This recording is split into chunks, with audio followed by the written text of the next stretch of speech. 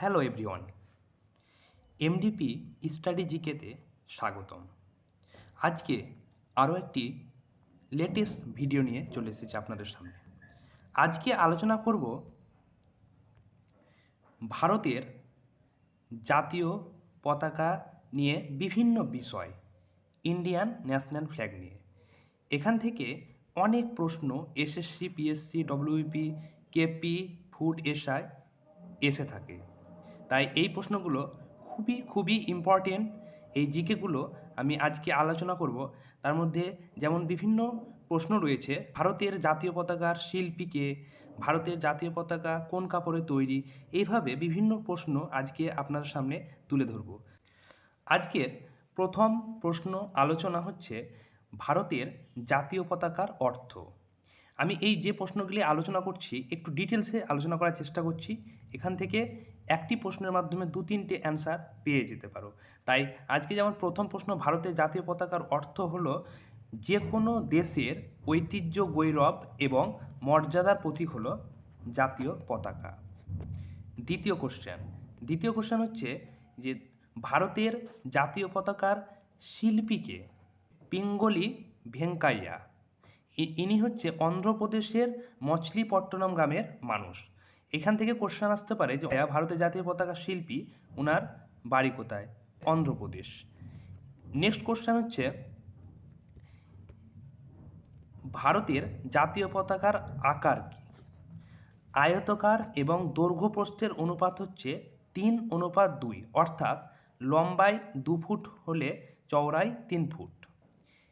গেরুয়া, সাদা, সবুজ রং সমান প্রস্থ বিশিষ্ট হতে হয় আমাদের ভারতের পতাকা। নেক্সট কোশ্চেন হচ্ছে 4 নম্বর প্রশ্ন, ভারতের জাতীয় পতাকার রং কি?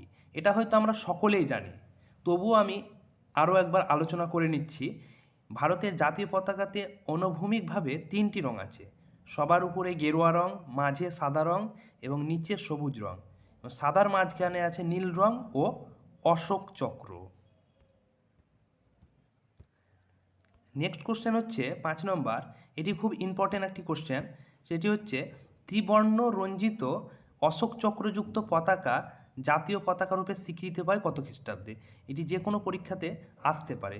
1947 সালের 15ই আগস্ট এই পতাকা, অশোক চক্রযুক্ত পতাকা জাতীয় পতাকা রূপে স্বীকৃতি পায়।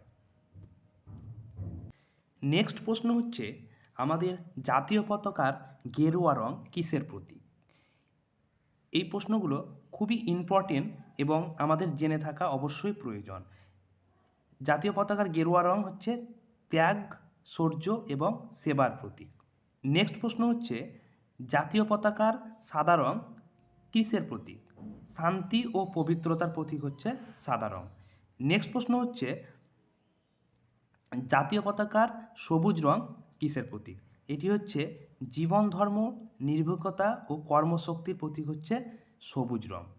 নেক্সট প্রশ্ন হচ্ছে যে 9 নম্বর প্রশ্ন, নীল রঙের অশোক চক্র কিসের প্রতীক? এটি হবে উন্নতি ও গতিশীলতার প্রতীক হচ্ছে নীল রঙের অশোক চক্র। নেক্সট প্রশ্ন হচ্ছে জাতীয় পতাকার ব্যবহারের নিয়ম।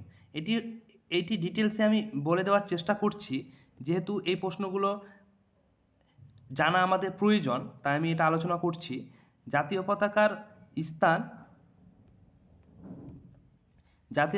স্থান থাকবে সবার উপরে, বাড়ির ছাদে অথবা বিভিন্ন অনুষ্ঠান, যেমন 26শে জানুয়ারি, 15ই আগস্ট এই পতাকা উত্তোলিত করা যায়।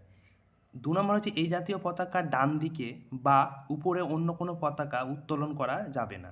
3 নম্বর হচ্ছে কোনো মিছিলে জাতীয় পতাকা ব্যবহার করলে তা সকলের সামনে থাকবে, কিন্তু কখনোই তা অনুভূমিক থাকবে না।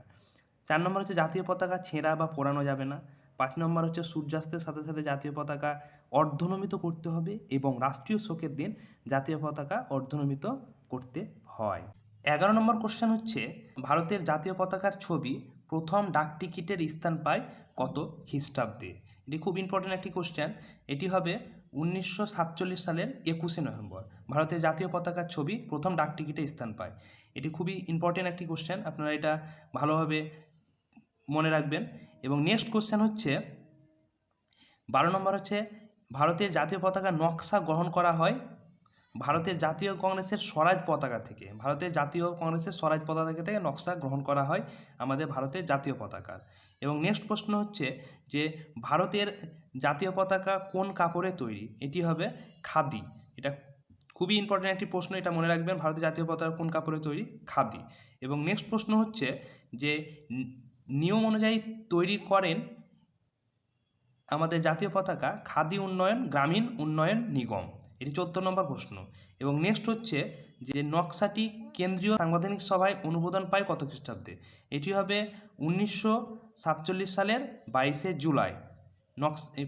নকশাটি কেন্দ্রীয় সাংবিধানিক সভায় অনুমোদন পায় 1947 সালের 22শে জুলাই। আজকের মতো আমি এই 15টি কোশ্চেন আলোচনা করলাম।